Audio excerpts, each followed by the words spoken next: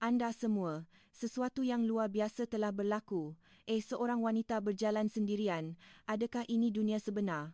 Itulah kata-kata yang diucapkan oleh Aisyah, seorang wanita Pakistan berusia 19 tahun yang menjadi mangsa perkahwinan kanak-kanak, sambil menitiskan air mata di Balai Ketibaan Lapangan Terbang Antarabangsa Kuala Lumpur, KLIA. Bagi beliau, yang dipaksa berkahwin pada usia 12 tahun dan tidak dibenarkan seumur hidup untuk bertentang mata dengan mana-mana lelaki selain suaminya, pemandangan wanita bergerak bebas adalah seperti dunia yang berbeza sama sekali. Tahukah anda?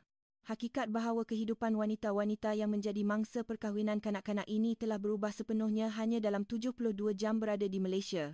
Dari kejutan yang bermula di lapangan terbang, pemandangan luar biasa yang disaksikan di bandaraya, sehinggalah kepada perubahan ajaib yang berlaku selepas kepulangan mereka, apakah yang sebenarnya mereka saksikan di Malaysia?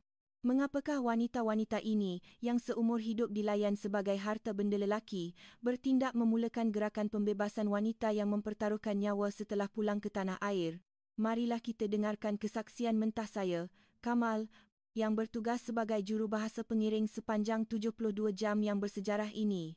Saya, Kamal, telah bergiat dalam aktiviti sokongan kepada wanita mangsa keganasan selama 15 tahun di NGO Antarabangsa Masa Depan Wanita Global. Oleh sebab saya boleh bertutur dalam bahasa Urdu, saya telah ditugaskan sebagai jurubahasa kecemasan kali ini. Pada bulan November tahun lalu, 18 orang wanita yang dikumpulkan dari Pakistan dan Ethiopia berlepas dari Islamabad dengan pesawat kata khas untuk menyertai sidang kemuncak wanita yang diadakan di Ibu Pejabat Pertubuhan Bangsa-Bangsa Bersatu, PBB, di New York. Kesemua mereka adalah mangsa perkahwinan kanak-kanak dengan purata umur perkahwinan hanyalah 13 tahun. Wanita yang paling tua berusia 30 tahun pernah dipaksa berkahwin dengan lelaki berusia 60 tahun pada usia 12 tahun. Wanita-wanita ini menuju ke PBB untuk memberi kesaksian tentang pengalaman mereka dan menyeru dunia tentang realiti perkahwinan kanak-kanak, namun takdir membawa mereka ke arah yang tidak dijangka.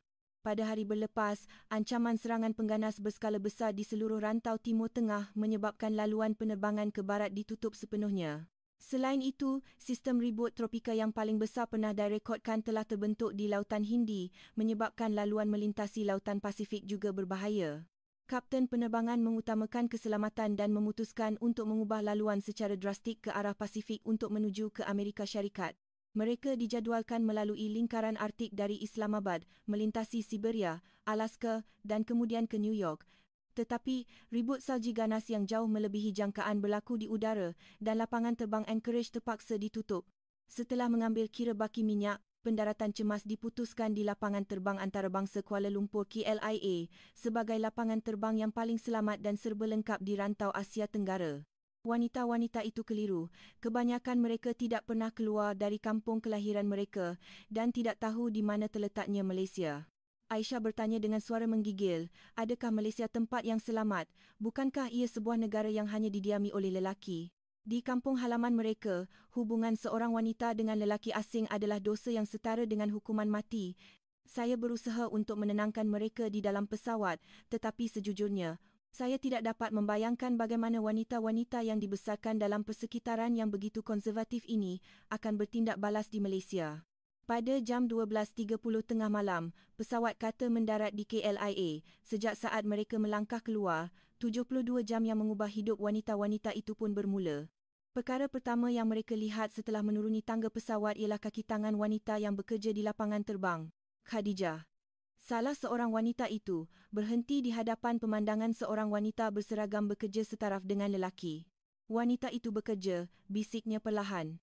Di kampungnya, wanita tidak boleh bekerja di luar rumah. Dia sendiri tidak pernah keluar dari rumah sejak berkahwin pada usia 12 tahun, selama 7 tahun. Kejutan pertama datang dalam perjalanan menuju pemeriksaan imigresen. Walaupun pada larut malam, separuh daripada kaki tangan pembersihan adalah wanita. Lebih-lebih lagi, mereka berbual secara semula jadi dengan lelaki, tanpa menyembunyikan wajah mereka. Nadia dari Pakistan menggenggam lengan saya. Adakah wanita-wanita itu bekerja tanpa izin suami mereka? Di manakah suami mereka? Baginya tindakan wanita tanpa izin lelaki adalah sesuatu yang mustahil untuk difahami. Satu pemandangan yang lebih mengejutkan menanti di kaunter imigresen. Salah seorang pegawai imigresen adalah seorang wanita muda dan dia sedang memeriksa pasport lelaki asing dan memberi arahan. Sarah, 21 tahun, terlopong. Seorang wanita memberi arahan kepada seorang lelaki. Adakah ini mimpi? Saya menjelaskan kepada mereka. Di Malaysia, wanita boleh bekerja dan memegang kuasa yang sama seperti lelaki.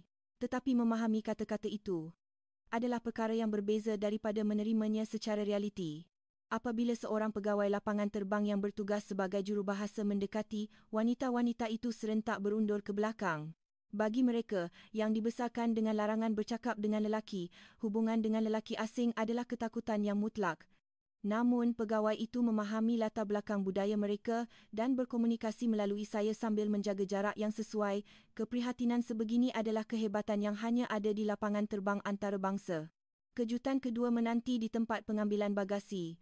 Seorang lelaki menawarkan diri untuk membantu seorang pengembara wanita yang kelihatan susah membawa beg berat. Khadijah tercunggap-cunggap.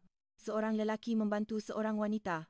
Dalam budayanya, wanita adalah untuk berkhidmat kepada lelaki dan sebaliknya tidak dapat dibayangkan. Tetapi di Malaysia, mereka melihat berulang kali pemandangan lelaki membawa beg wanita. Terdapat juga kejutan di tandas lapangan terbang, ruang khas yang luas untuk wanita, kemudahan yang bersih dan yang paling penting, mereka terharu kerana dapat menggunakannya secara bebas tanpa kebenaran lelaki. Fatimah berkata sambil menitiskan air mata, "Di sini, wanita juga dilayan sebagai manusia." Ya.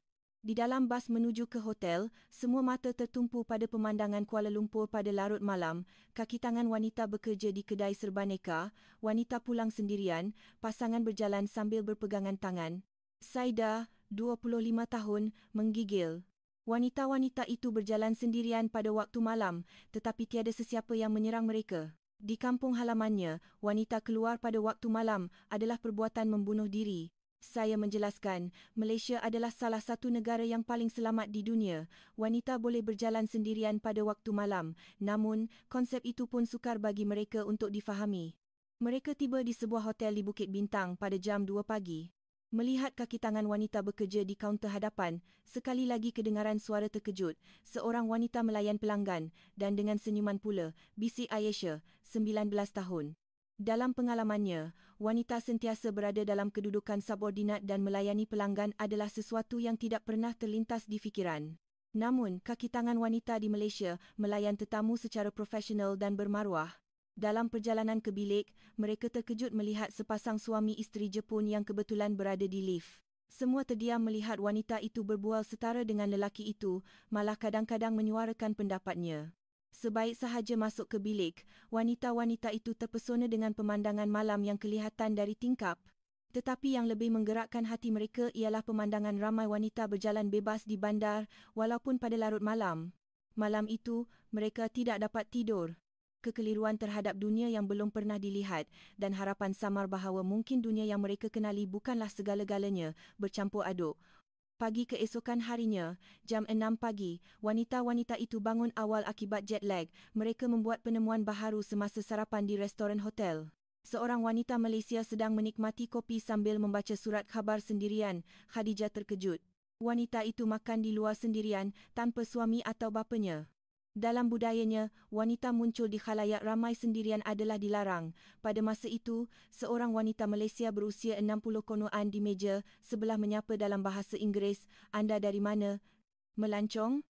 Dengan senyuman yang semula jadi dan keramahan itu, wanita-wanita itu perlahan-lahan membuka hati mereka, walaupun dalam kebingungan. Selepas sarapan, mereka memulakan perjalanan ke bandar KL. Dalam perjalanan dari hotel ke stesen MRT, mereka melihat pemandangan kesibukan komuter pagi. Mereka terkejut melihat wanita bersut menaiki kereta api seperti lelaki dan menuju ke tempat kerja. Adegan paling mengejutkan menanti di stesen MRT. Apabila seorang wanita hamil menaiki kereta api, beberapa lelaki segera bangun dan menawarkan tempat duduk. Wanita itu, dengan bersahaja, menerima kebaikan itu sambil mengucapkan terima kasih. Aisyah menitiskan air mata. Lelaki menghargai wanita hamil. Ini boleh berlaku rupanya. Dia pernah dipukul oleh suaminya dan dilayan seperti beban oleh keluarganya ketika dia hamil pada usia 15 tahun. Satu lagi penemuan penting di dalam kereta api ialah ramai wanita memegang telefon pintar dan mengakses internet secara bebas. Nadia dari Pakistan terkejut. Wanita melihat internet. Ini dibenarkan. Di kampungnya, wanita dilarang keras mengakses internet. Dipercayai bahawa pendedahan kepada maklumat akan merosakkan wanita. Apabila tiba di kawasan KLCC dan berjalan melintasi persimpangan Jalan Bukit Bintang, wanita-wanita itu terdiam sepenuhnya. Ribuan orang bergerak dan wanita-wanita berjalan bebas seperti lelaki, menggegarkan pandangan dunia mereka hingga ke akar umbi. Sarah, 21 tahun, bertanya kepada saya, adakah suami wanita-wanita itu tidak memukul mereka apabila mereka pulang ke rumah kerana berjalan bebas di luar? Saya menjawab, di Malaysia, memukul isteri adalah jenayah. Ia dilarang oleh undang-undang. Mendengar kata-kata ini, beberapa wanita mula menangis. Ada negara di mana undang-undang melindungi wanita, bisik Saida. Semasa makan tengah hari, pertemuan yang menentukan menanti, wanita Malaysia yang duduk di meja sebelah di restoran itu sebenarnya seorang doktor. Dia sedang makan tengah hari sendirian sambil membaca buku perubatan. Ketika saya menterjemah dan berbual dengannya, wanita-wanita itu mengetahui fakta yang mengejutkan. Doktor itu tidak berkahwin, hidup sendirian, membeli rumahnya sendiri dan hidup melalui kerjaya yang dicintainya. Fatimah bertanya dengan suara menggigil, bolehkah seorang wanita hidup tanpa berkahwin, sendirian? Saya menterjemahkan kepada doktor Malaysia itu dan dia menjelaskan dengan lembut, di Malaysia, wanita juga mempunyai hak untuk memilih. Sama ada untuk berkahwin atau tidak, untuk mempunyai anak atau tidak, pekerjaan apa yang hendak diceburi semuanya diputuskan oleh wanita itu sendiri. Ekspresi wajah wanita-wanita itu, mendengar kata-kata ini, adalah terlalu kompleks untuk digambarkan. Kekeliruan, harapan dan kesedihan yang mendalam bercampur aduk. Pada sebelah petang, ketika berjalan di Jalan Ampang, mereka secara kebetulan terserempak dengan ceramah jalanan seorang ahli parlimen MP wanita. Wanita-wanita itu terharu melihat seorang wanita bersut bercakap tentang politik dengan berani di hadapan orang ramai. Aisyah berbisik, seorang wanita bercakap tentang politik dan lelaki mendengarnya. Adakah ini benar-benar realiti? Dalam budaya mereka, wanita bercakap di khalayak ramai tidak dapat dibayangkan, apatah lagi menyuarakan pendapat tentang politik adalah setara dengan pengkhianatan. Malam itu, kami mengadakan perbincangan di lobi hotel. Mereka keliru tentang bagaimana hendak memahami apa yang mereka lihat dalam 24 jam ini. Khadijah memecahkan kesunyian. Kami diajar bahawa wanita adalah begini, tetapi di sini, tidak. Wanita dilayan sebagai manusia. Apakah kami selama ini? Pada masa itu Saida 25 tahun, mengajukan soalan penting, bagaimana wanita-wanita di Malaysia memperoleh kebebasan ini? Adakah mereka dilahirkan dengannya? Saya menjelaskan tentang sejarah wanita Malaysia. Sebenarnya, kedudukan wanita di Malaysia juga pernah rendah pada masa lalu. Wanita berjuang selama bertahun-tahun untuk hak mereka dan sedikit demi sedikit, mereka memperoleh kedudukan hari ini. Mendengar penjelasan ini, cahaya baru menyala di mata wanita-wanita itu. Bolehkah kami mengubahnya jika kami berjuang? Bolehkah wanita mengubah masyarakat? Keesokan harinya, pengalaman yang lebih mengejutkan menanti. Semasa lawatan ke Parlimen Malaysia, Dewan Rakyat, mereka melihat ahli-ahli parlimen wanita sebenarnya sedang membahaskan rang undang-undang. Semua terdiam melihat realiti bahawa wanita mengambil bahagian dalam menentukan masa depan negara. Pada sebelah petang, mereka melawat Taman Botani Perdana. Di sana, mereka membuat penemuan baharu dalam perbualan sepasang suami isteri warga emas Malaysia yang mereka temui. Suami bercakap dengan isteri dengan sopan dan mendengar pendapat isteri dengan serius. Aisyah berkata sambil menitiskan air mata, warga emas itu menghormati isterinya sebagai manusia. Mereka masih saling menyayangi walaupun sudah tua. Suami saya melayan saya seperti haiwan ternakan. Malam itu, satu peristiwa penting berlaku. Sarah, 21 tahun, tiba-tiba mengalami demam panas dan sakit perut lalu rebah. Dia segera dikejarkan ke hospital dan pengalaman ini secara muktamad mengubah pandangan mereka terhadap Malaysia. Daripada 3 ahli pasukan perubatan yang tiba dengan ambulans, seorang adalah pembantu perubatan wanita. Dia melakukan rawatan yang tepat dan pantas sama seperti doktor lelaki. Setibanya di hospital, doktor yang bertanggungjawab juga seorang wanita. Simptom Sarah adalah apendisitis akut dan memerlukan pembedahan kecemasan. Pakar bedah adalah seorang wanita berusia 40-an dan pembedahan berjaya. Melalui siri peristiwa ini, wanita-wanita itu menyaksikan realiti bahawa wanita bekerja setaraf dengan lelaki dalam bidang perubatan. Yang paling menyentuh hati ialah penjelasan doktor selepas pembedahan. Pakar bedah wanita itu menjelaskan keadaan penyakit dan rawatan masa depan secara langsung dan teliti kepada wanita-wanita yang merupakan keluarga pesakit. Fatimah bertanya sambil menggigil, "Cik Doktor, walaupun seorang wanita, Cik Doktor melakukan pekerjaan yang begitu penting. Bagaimana Cik Doktor menjadi seorang doktor?" Doktor wanita itu menjawab dengan lembut, "Saya belajar dan lulus peperiksaan, maka saya menjadi doktor. Jantina tidak ada kena-mengena. Sesiapa sahaja boleh menjadi doktor jika mempunyai kebolehan dan usaha." Kata-kata ini terpahat jauh di hati wanita-wanita itu. Sesiapa sahaja boleh, dengan kebolehan dan usaha. Pada hari ketiga di hospital, sambil memerhatikan pemulihan Sarah, wanita-wanita itu menemui satu lagi aspek sistem perubatan Malaysia. Kebanyakan jururawat adalah wanita dan mereka berkomunikasi setara dengan doktor, malah kadang-kadang menyuarakan pendapat mereka. Seorang ketua jururawat menjelaskan kepada saya, "Di hospital ini, tanpa mengira jantina, keutamaan kami adalah untuk menyediakan rawatan terbaik untuk pesakit.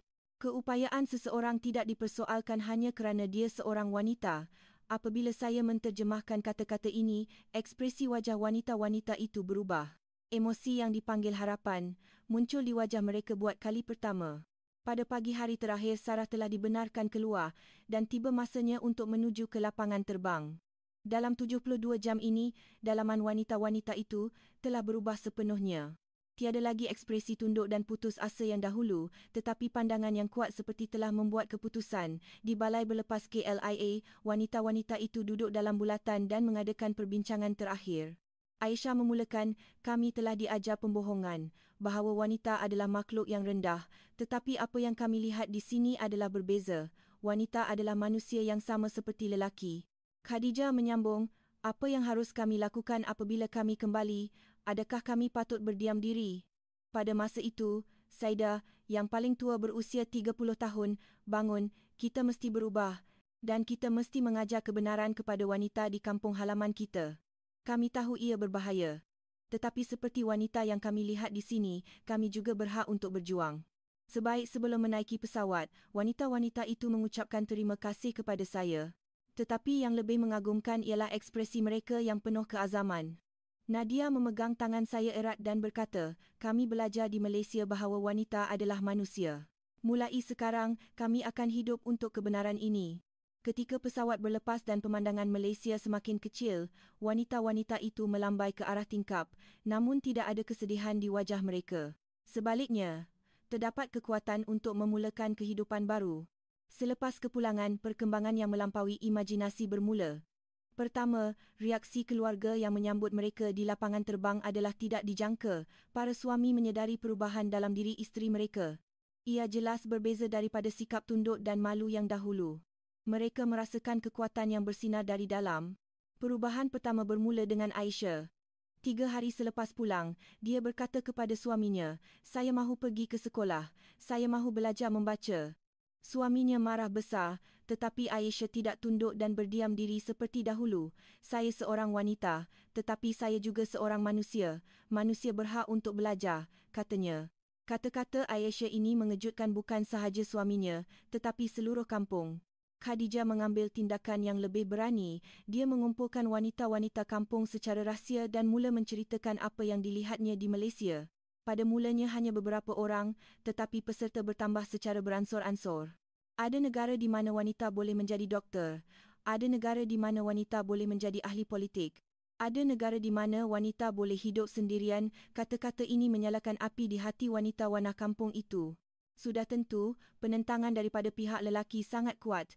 Ketua-ketua kampung mengadakan mesyuarat kecemasan dan membincangkan hukuman untuk wanita-wanita yang pulang dari Malaysia. Mereka memutuskan bahawa ketenteraman kampung terganggu akibat pengaruh mereka.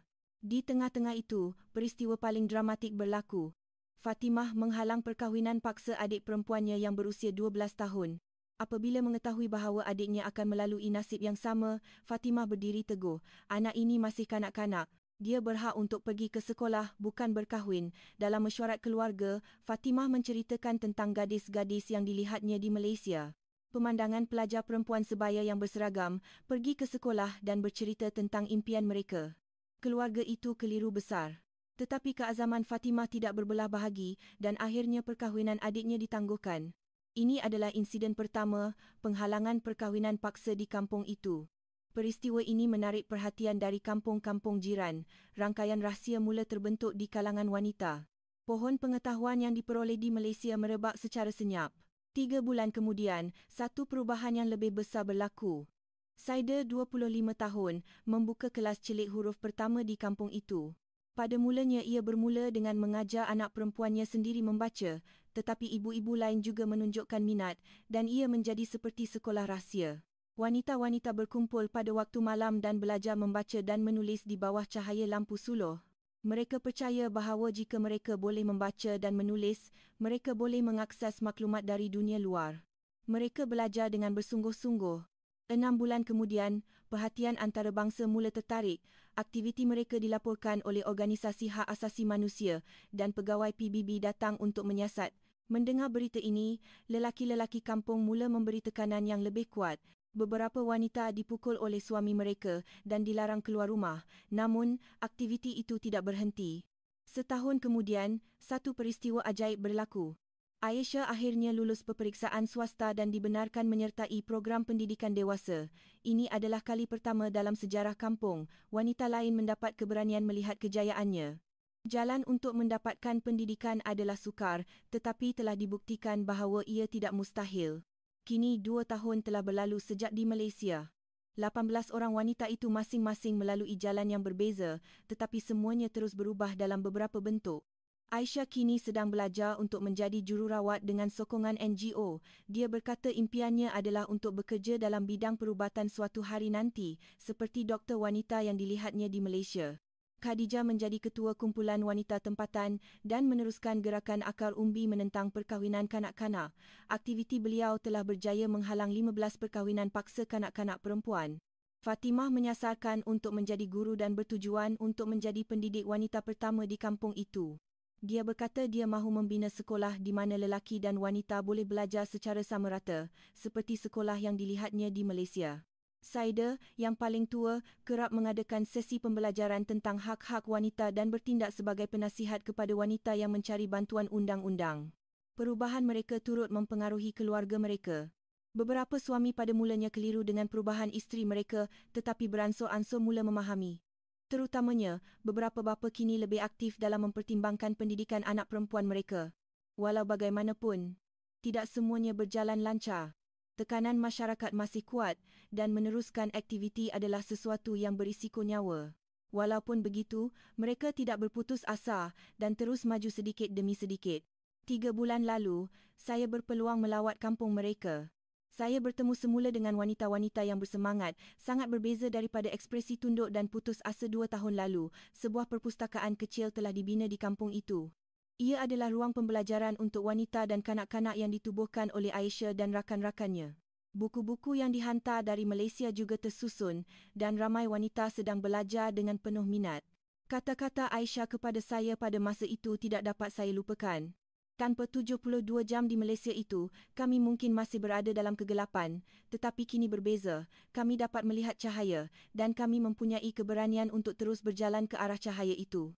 Kisah mereka bermula dari satu kebetulan. Pendaratan kecemasan akibat ribut taufan, satu peristiwa yang tidak dijangka, secara asasnya mengubah kehidupan 18 orang wanita. Tetapi yang lebih penting, mereka tidak membiarkan apa yang mereka lihat di Malaysia berakhir sebagai sekadar impian, tetapi mengubahnya menjadi kuasa untuk mengubah realiti mereka sendiri. Keberanian mereka sungguh luar biasa, tidak kehilangan harapan dalam keadaan yang kelihatan tanpa harapan dan terus maju setapak demi setapak. Aktiviti mereka berterusan hingga hari ini. Dalam situasi yang sukar, mereka tidak melupakan kebenaran yang jelas bahawa wanita juga adalah manusia, kebenaran yang mereka pelajari di Malaysia dan terus berusaha untuk merealisasikannya. Terdapat wanita yang berjuang untuk kebebasan dan maruah di suatu tempat di dunia hari ini. Semoga kisah ini menjadi pencetus untuk kita berfikir tentang apa yang boleh kita lakukan. Cahaya harapan yang diperoleh 18 orang wanita berani dalam 72 jam di Malaysia terus bersinar di kampung halaman mereka. Dan cahaya itu perlahan-lahan merebak dan suatu hari nanti, ia pasti akan membawa perubahan besar. Sekian sahaja untuk kisah hari ini. Bagaimanakah pengalaman mengejutkan wanita-wanita yang melarikan diri dari perkahwinan paksa di Malaysia dan transformasi ajaib yang berlaku selepas itu? Tinggalkan komen sokongan untuk wira-wira kisah ini. Jika anda menyukai kisah ini, sila tekan butang suka dan langgan saluran kami. Terima kasih kerana menonton.